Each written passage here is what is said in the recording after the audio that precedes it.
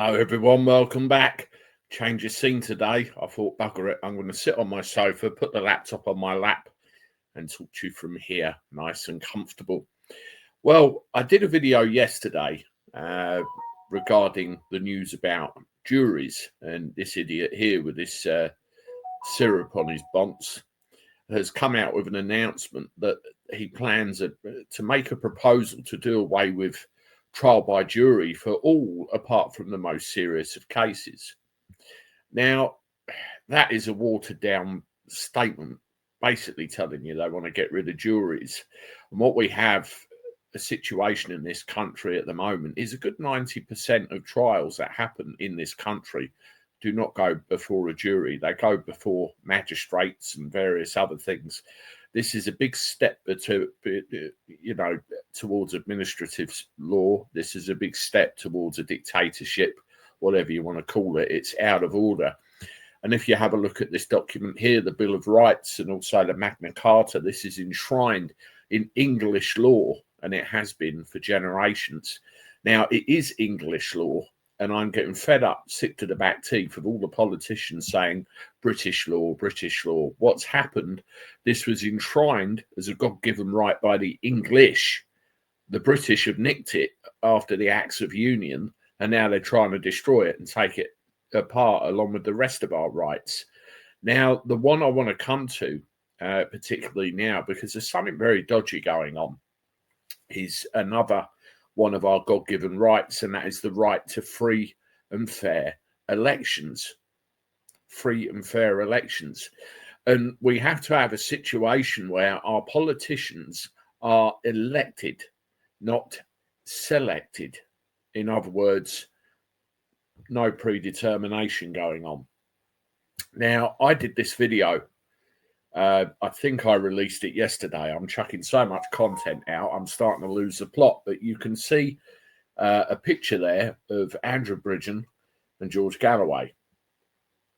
Now, the reason those two individuals are there, they both had an issue with their election. Andrew Bridgen, we know what happened.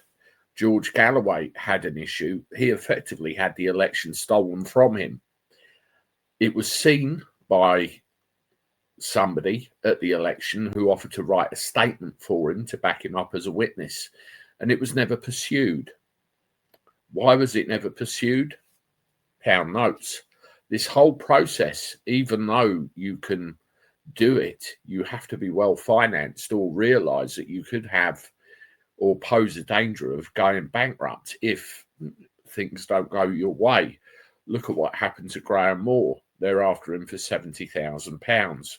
But let's park him there just for a second. Andrew Bridgen sent me a tweet this morning, and it's this one here.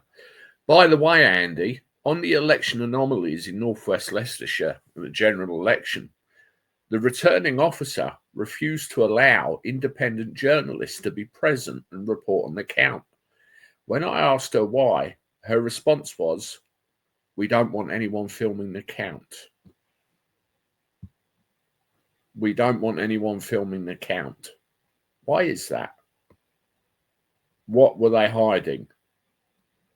Why didn't they want the publicity on the count? Did they just want to shelve it quietly? And look at the news about the exit poll getting cancelled as well beforehand. It all paints a very dodgy picture indeed, doesn't it? And you've heard Andrew's testimony on this as well going forward. What else has been going on? None of it, none of it makes any sense whatsoever. So were there inappropriate activities at that election? That's what we want to know. And what you have to realize as well, the system protects itself. Because if the system becomes exposed, if the system becomes known to everybody, then it has the potential to crash the entire establishment, because the fraud would then be exposed. So this is why you see all this going on. Now let's turn to Runcorn and Helsby, Graham Moore. Now, as you know, he had the balls to call an election petition trial, which took place in Chester over 3 days at the beginning of November. And I covered the lot. You can see the video footage on my channel and also on Rumble.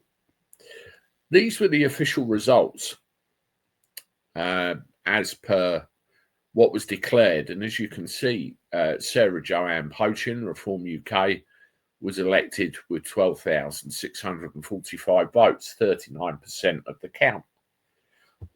And Graham was all the way down the bottom with 50 votes. What I want you to do is remember those results and the order. And remember 50 votes for Graham. As you recall, he got 50 votes in Tooting in 2016. And statistically, it's impossible.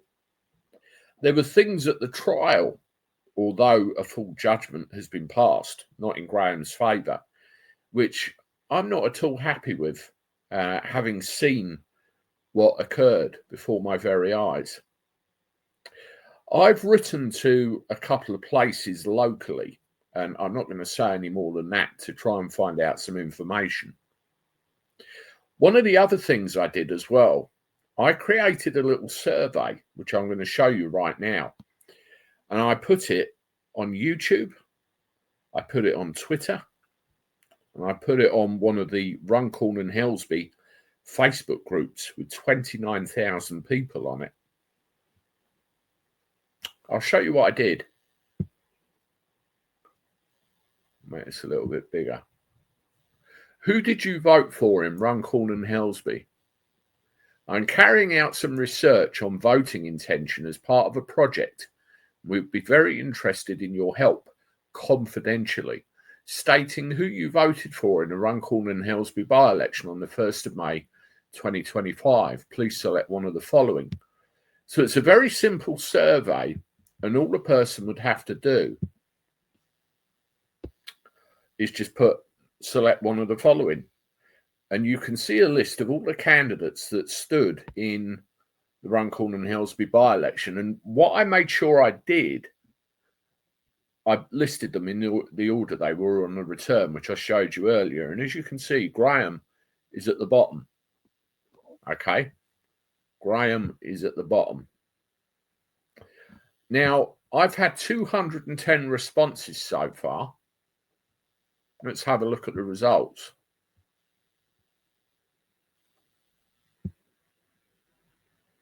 This is a pie chart that shows you the percentage of the results that have come in. 90% of those 210 have voted for one candidate. Who do you think that is? Well, I be Graham Harry Moore, English Constitution Party. 190 votes. Not 50. 190. Look at that again. 210 responses. 190 votes.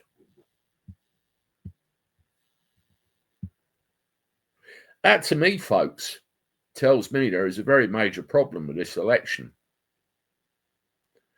That on its own would not be strong enough evidence to warrant anything happening, because it was a very basic survey.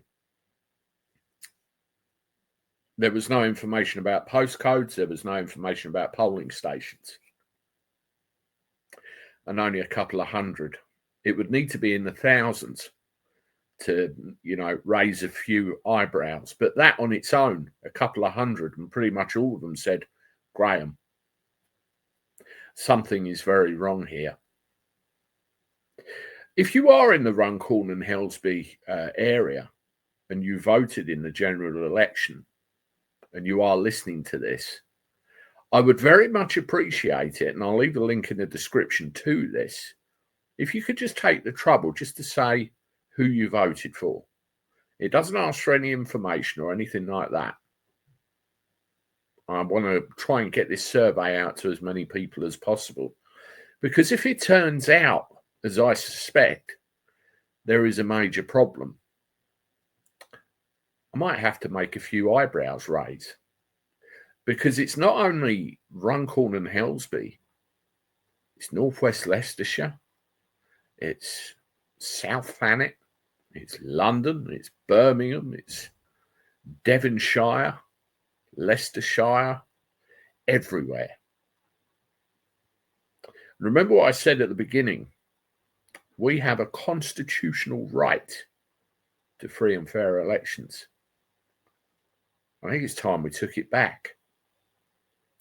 I still believe there's a peaceful way out of this solution, out of this shit we're in. And that is our constitutional rights. We have to protect them so we can pass them on to the next generation. Let me know what you think in the comments.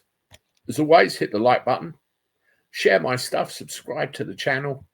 I look forward to talking to you soon. Toodaloo.